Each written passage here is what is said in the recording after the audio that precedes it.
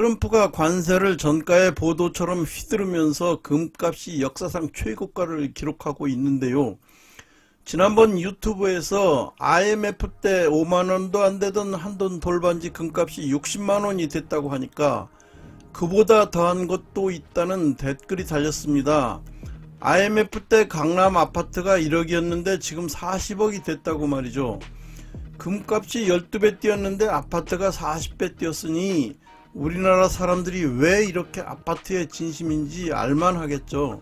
그런데 알고 보면 2014년에 2만원이던 비트코인은 지금은 좀 하락했지만 1월 말까지만 해도 1억 6천만원까지 올라 무려 8천배나 뛰었으니 비교도 안됩니다.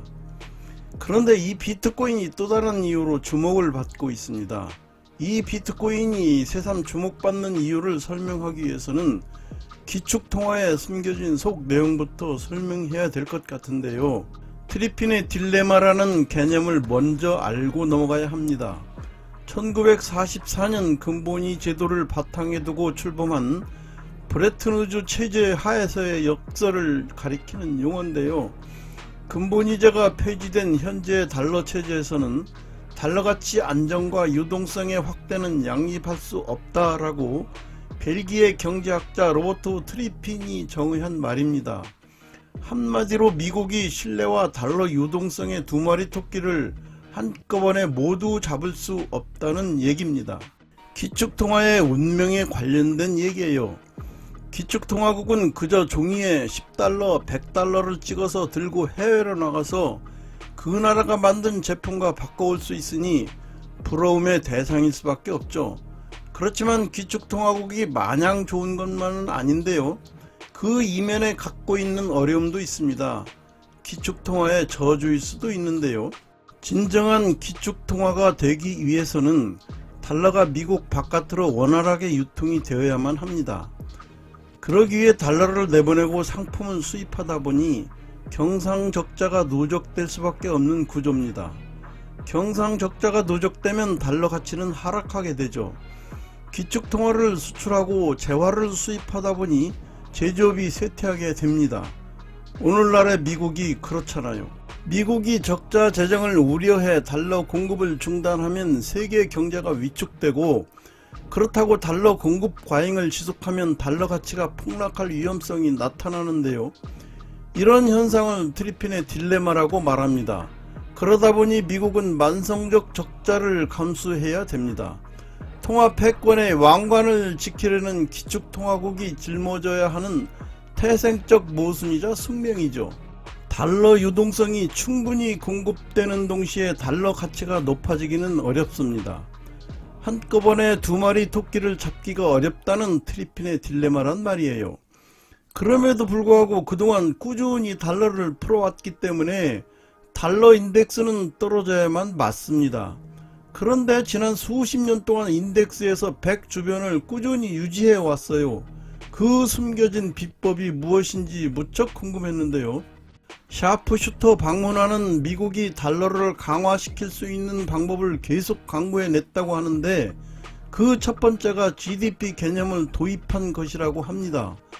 미국이 달러를 찍어내서 해외로부터 재화를 가져다 쓰는 것도 GDP를 높이는 요인이 되고, 이렇게 해서 높아진 GDP는 경제 규모의 크기 대비 미국의 경상적자를 작아 보이게 만들었다고 말이죠. 이는 GDP 디플레이터 개념 때문인데요. GDP 디플레이터는 GDP를 이용해 산출한 물가지수입니다. 어떤 해의 명목 GDP와 그 해의 실질 GDP 차이는 바로 가격의 변화이기 때문이죠. 명목 GDP를 실질 GDP로 나누어 계산합니다. 2021년부터 미국의 고물가로 인해서 미국의 GDP 디플레이터는 급등합니다. 미국의 GDP 상승 요인은 물가 상승 때문인데요. 미국의 1인당 GDP가 높다는 것은 미국 물가가 높다는 의미입니다. 2020년 연준의 자산은 대폭적으로 증가하고 달러 발행량은 2배로 늘어납니다. 달러 발행량이 늘어나면서 국제 원자재 가격이 상승하고 국제적으로 물가도 급등했습니다. 이렇게 경제 규모가 커지니까 경상적자가 작아 보이는 것입니다. 다른 하나는 원유 거래는 달러로만 결제하도록 페트로 달러 시대를 만든 것입니다. 그러니까 원유 가격이 흔들릴 때마다 달러 가격은 올라가게 됐죠. 그래서 각 나라들은 전략 석유를 비축하게 됐어요. 달러가 석유 시장에 잠김으로써 풀린 달러 가치를 유지할 수 있게 된 것이죠. 또 하나는 할머니들이 외환 보유고가 작은 나라들을 주기적으로 공격했습니다. 그럼 국가들은 부도가 나지 않기 위해서 달러를 충분히 쌓아두게 됩니다. 우리나라만 해도 4천억 달러의 외환 보유고를 가지고 있잖아요. 이렇게 일본, 중국 등 각국이 미국의 채권을 지속적으로 매입해왔죠. 그래서 미국은 낮은 이자율을 유지하면서도 꾸준히 국채를 발행할 수 있었는데요. 엄청난 규모의 달러가 각 나라의 외환 창고마다 쌓여가면서 달러의 새로운 수요를 만들게 됐고, 달러는 유동성을 외부에 공급하면서도 경기를 위축시키지 않고 그 가치를 유지할 수 있었습니다. 그리고 혹자는 달러 가치를 유지하기 위해서 미국은 국지적으로 전쟁을 방치하거나 유도를 하는 게 아니냐는 의혹도 주장합니다. 가자지구 전쟁도 러우 전쟁도 일어날 때마다 달러 가치는 올랐습니다.